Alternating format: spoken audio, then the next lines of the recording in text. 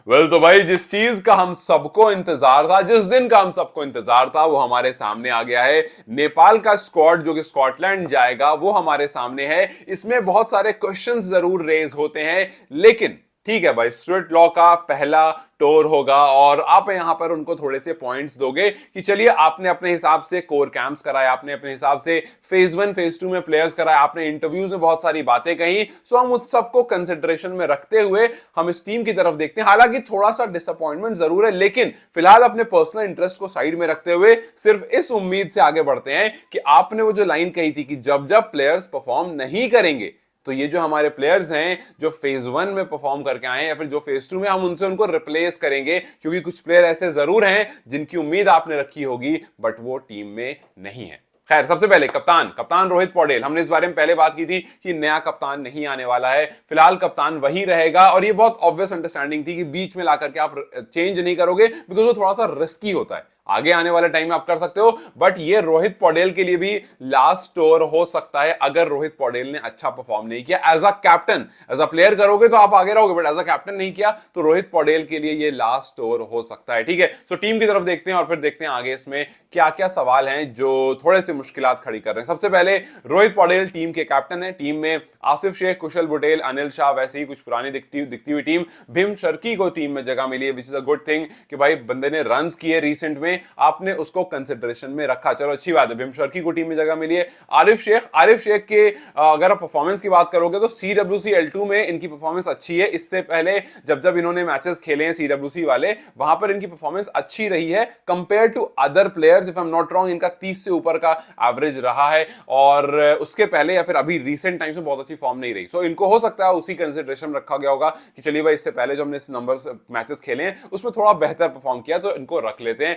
But still I think कि बहुत सारे और प्लेयर्स हैं जो डिजर्व करते थे। खैर, बशीर अहमद को जगह मिली है, चलिए अच्छी बात है। बशीर लगातार परफॉर्म कर रहे थे, बशीर लगातार अच्छे मैचेस खेल रहे थे, तो बशीर एक्सपेक्टेड थे, चलो भाई बशीर को भी जगह मिली। भीमचरकी को, बशीर को जगह मिली। फिर उसके बाद गुलशन कुमार झा इस टीम में है। गुलशन के साथ साथ दीपेंद्र सिंह आयरी को वाइस कैप्टन बनाया गया। अब देखिए, दीपेंद्र सिंह आयरी को वाइस कैप्टन बनाना, यहां पर एक क्वेश्चन जरूर रेज होता है, क्योंकि दीपेंद्र सिंह आयरी ओडीआई में परफॉर्मेंस बहुत अच्छी नहीं दे पाए हैं, लेकिन अभी रिसेंट जो कोर कैंप हुआ था उसमें पिछले कुछ मैचेस में उनके नंबर्स अच्छे थे, रन किए थे, तो शायद उन पर उम्मीद जागी हो। बिकॉज जब वो खेल रहे होते हैं, रन कर रहे होते हैं, तो सबकी उम्मीद जाग जाती है।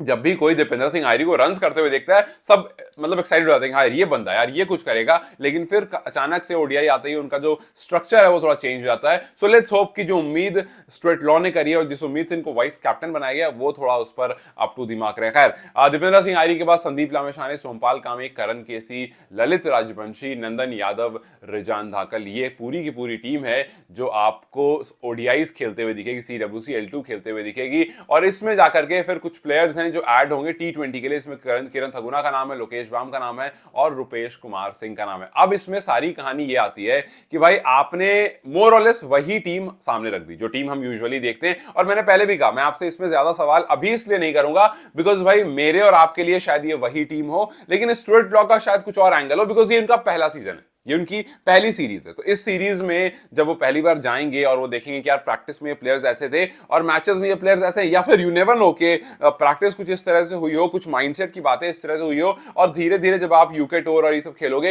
हो सकता है कि जो प्लेयर्स जिन पर हम सवाल उठाते हैं वो अचानक से बेहतर हो जाए। हो सकता है आसिफ जो है वो बेहतर रन करने लगे। और भी जो प्लेयर्स, मैं ये नहीं कह रहा हूं कि आसिफ को निकाल दो, मैं कह रहा हूं कि आपने जब भरोसा किया है, लेट्स होप हम भी भरोसा कर लेते हैं आप पर कि जो ये प्रैक्टिस सारी रही है उससे बेहतर कुछ निकलेगा। दीपेंद्र सिंह आयरी को लेकर के लगातार बात रही है कि भाई उनके एवरेज उतने अच्छे नहीं है कि उनको टीम में जगह दो आप, लेकिन यहां पर आपने उनको वाइस कैप्टन बनाया है। सो यस, उनको वाइस कैप्टन बनाने पर सवाल जरूर उठेंगे कि यार क्या अब एक वाइस कैप्टन का कोटा लग गया, क्योंकि आपने अक्सर देखा होगा टीम में कप्तान नहीं बाहर जाता है, टीम का वाइस कैप्टन बाहर नहीं जाता है। ये वो प्लेयर होते हैं जिनकी टीम में जगह रहती है अनलेस अनटिल कुछ ब्लंडर ना हो जाए।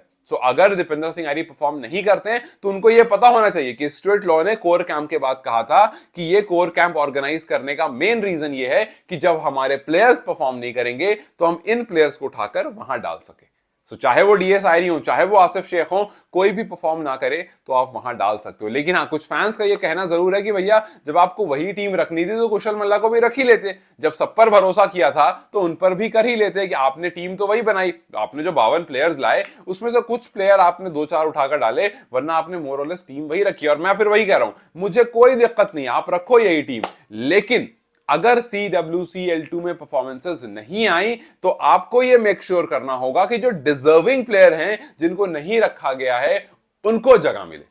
जैसे प्लेयर्स लाइक अर्जुन सऊद को बाहर किया गया, प्लेयर्स लाइक दिलीप नाथ। हाँ, मैं युवराज के बारे में ज्यादा बातें नहीं कहूंगा, बिकॉज मुझे पता था कि युवराज को शायद आप टीम में अभी नहीं लो, बिकॉज बहुत यंग लड़का है। आपने उसको अपने पास फेज 2 में इसलिए रखा सो दैट उसको आइडिया मिल सके, प्रिपरेशन का आइडिया मिल सके, उसके अंदर एक्साइटमेंट आ सके नेपाल के लिए खेलने के लिए, वो ज्यादा से ज्यादा मेहनत कर सके और फिर इवेंचुअली इंप्रूव होकर आ सके। अब आप देखो स्पिन डिपार्टमेंट में ललित आपके पास है, संदीप आपके पास है, इसमें आपके पास कुशल पटेल है। सो ऑलरेडी आपका डिपार्टमेंट जो काफी अच्छा, आपका रोहित है, आपके पास दीपेंद्र सिंह आयरी है, तो आपका स्पिन डिपार्टमेंट जो वो ऑलरेडी अच्छा है with main bowlers and optional bowlers. तो आप इस टाइम पर ठीक है और वैसे भी आप जहां जा रहे हो वहां स्पिन का उतना काम नहीं है, वहां आपको पेस डोमिनेट चाहिए। तो आपको युवराज का ना ले जाना मुझे बिल्कुल समझ में आता है कि ठीक है भाई, आपने उनको टीम में लाया, जगह दी, उनको दिखाया कैसा कैसा होता है, और फिर 25 से जब 15 आया तो उसमें आपने उनको नहीं रखा कि चलो ठीक है, ऐसे भी हम कहीं ऐसी जगह नहीं जा रहे जहां पर स्पिन का बहुत ज्यादा डोमिनेशन है, तो आप अब मेहनत करो सो दैट आगे आपको टीम में जगह मिले, उनके अंदर वो एक्साइटमेंट आ गया होगा। फिर शाह आलम अगेन बहुत ज्यादा कॉम्पिटिटिव है, तो आपने शाह आलम को नहीं रखा।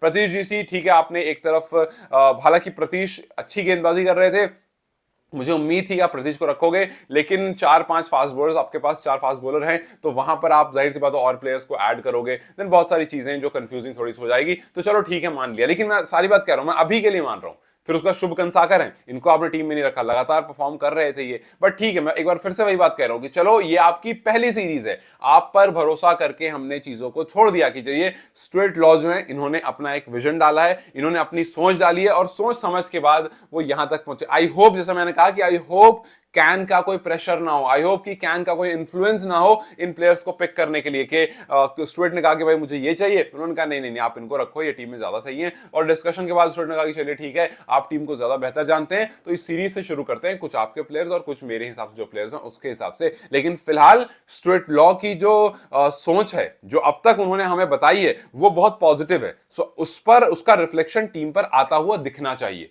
चाहे आपने इंटरव्यूज में जो बातें कही कि भैया जो परफॉर्म नहीं करेगा वो बाहर जाएगा, चाहे आपने कहा कि भैया मैं 50s 40s 50s मेरे लिए ओके है, 100 आना चाहिए। सो ये जो बातें हैं, अगर 100 आने शुरू हुए CWCL2 में, तो मैं भी मानूंगा कि हाँ यार, आपने उस माइंडसेट पर काम किया है जहां पर प्लेयर्स 30-40 बनाकर खुश नहीं होते, जहां पर 50-60 बनाकर खुश नहीं होते, जहां पर उनको बड़े रन करने होते हैं। सो अगर वो माइंडसेट आप डाल पाए तो मुझे भी लगेगा कि नहीं यार ठीक है, आपके आने से काफी चेंजेस हुए। जैसा आपने कहा कि फास्ट बॉलिंग, अगर फास्ट बॉलिंग पर हमें काम होता हुआ दिखा, अगर नंदन की गेंदबाजी बेहतर दिखी, करण की गेंदबाजी बेहतर दिखी, सोमपाल की गेंदबाजी बेहतर दिखी, तो मैं भी मानूंगा कि नहीं यार, आपने वाकई इस पर्टिकुलर चीजों पर काम किया है। मैं फिर से कह रहा हूं, मुझे प्लेयर्स से कोई भी सवाल नहीं है, बिकॉज ये आपकी पहली सीरीज है। फाइन, आपकी जो पहली सीरीज है, आपने इसमें कुछ चेंजेस किए और कुछ चेंजेस करने का, हाँ, दीपेंद्र सिंह आयरी को वाइस कैप्टन बनाना, इस पर फैन सवाल कर रहे हैं, और वहां पर भी मैं कह रहा हूं कि रुक जाओ, एक मौका सबको देते हैं, कि यहां पर मौका देखते हैं कि क्या पता आपको दीपेंद्र सिंह आर्य एक बेहतरीन वाइस कैप्टन बनते, एक बेहतरीन परफॉर्मर बन जाए। सो यस, इस सीरीज में यहां पर आप मौका दे दो, यहां पर आप देख लो, बिकॉज ये आपकी पहली सीरीज है। लेकिन अगर खराब हुई तो रोहित पौडेल भी कप्तानी से हटेंगे, फिर उसके बाद आपके वाइस कैप्टन पर भी सवाल उठेगा, फिर उसके बाद आपकी टीम पर भी सवाल उठेगा, और फिर अगर टीम चेंज नहीं हुई तो आप पर भी सवाल उठेगा। सो यस, पहली सीरीज है, लेट इट गो। और उसके बाद आगे जब भी जैसा कुछ होगा, वहां पर क्रिटिसिज्म के लिए हम सब तैयार हैं, बिकॉज भाई जब सही नहीं होगा, अगर टीम के लिए फायदा नहीं होगा, अगर इवेंचुअली आपको ये टीम ग्रो होती हुई नहीं दिखेगी, देन जाहिर सी बात आप क्यों ही इन पर आंख बंद करके भरोसा करोगे। खैर, फिलहाल के लिए आपके सामने जो टीम मैंने रखी, इसमें आई नो के कुछ नाम ऐसे हैं जो आपने चाहा था, जैसे शुभ कंसाकर, बहुत लोग शुभ कंसाकर को लेकर के सवाल उठा रहे हैं कि यार टीम में होना चाहिए था, अच्छा बंदा है, परफॉर्मर है। लेकिन ठीक है, माना कि चलो अभी फिलहाल आपने भीम शर्की को जगह दी, खुशी है मुझे इस चीज की, आपने बशीर को जगह दी, मुझे खुशी है इस चीज की भाई चलो आपने इन प्लेयर्स को जगह दी, and I am very sure कि अगर इन पर अच्छे से काम होगा तो ये आगे आने वाले मैचेस में परफॉर्म करके देंगे। लेकिन जो प्लेयर परफॉर्म नहीं करेंगे, मैं फिर से कह रहा हूं, अब तक बहुत सारे ऐसे प्लेयर्स रहे हैं बिना परफॉर्म किए टीम में जगह बनाकर बैठ चुके, काफी टाइम तक टीम में रह चुके। जब आपने कुशल मल्ला को निकाला, मैंने कुछ भी नहीं कहा, मैंने साफ साफ कहा कि यार परफॉर्म नहीं कर रहे थे, टीम से बाहर निकले। आई होप कि आगे आने वाले टाइम में वो जहां पर भी खेल रहे हो, डोमेस्टिक या कुछ भी खेल रहे हो, वहां परफॉर्म करें और दोबारा टीम में जगह बनाए, because he is a very good player form में नहीं है, काफी टाइम से फॉर्म में नहीं है, और थोड़ी सी जो उसके अंदर इररिस्पॉन्सिबिलिटी है ना, वो शॉट खेल देने वाली, वो थोड़ी सी है जिस वजह से अपनी विकेट खो देता है। उन पर अगर काम करके आए तो वाकई टीम में जगह उसकी बननी बहुत अच्छी हो जाएगी, टीम के लिए बहुत अच्छा हो जाएगा। और bowling batting obviously most of the player दोनों करते हैं, सो वो भी आपको काफी ज्यादा हेल्प करेगा। लेकिन यहां पर अगर प्लेयर्स की परफॉर्मेंसेज नहीं आई तो आपको चेंजेस करने पड़ेंगे। और जो T20 में आपने 3 नए नाम ऐड किए हैं, उस 3 नए नाम में से आप कितने प्लेयर्स 11 में डालोगे, और क्या ऐसी अलग टीम बनाओगे जो ओडीआई से अलग दिखेगी और जो ओडीआई से अलग परफॉर्म करके देगी, इसका भी मुझे इंतजार रहेगा। खैर, आपके हिसाब से क्या कुछ इसमें बदलाव होना चाहिए था, और कौन से वो प्लेयर्स हैं जो चले गए, जिनको टीम में होना था बाहर रह गए, और कौन से ऐसे प्लेयर्स हैं जिनको टीम में नहीं होना था और उनको जगह मिल गई, मुझे जरूर बताना। और जाते जाते एक और चीज जरूर बताना कि क्या आपको लगता है कि ये जो टीम बनी है ये पूरी तरह से स्टुअर्ट लॉ की टीम है, या इसमें बाहर से भी इन्फ्लुएंस ऐड किया गया है? और अगर सबको ट्राई करना था तो कुशल मल्ला को भी ट्राई कर लेते। आपकी क्या राय है इस पूरे थॉट पर, मुझे कमेंट्स में जरूर बताएं। Till then you guys take care, I will see you very soon.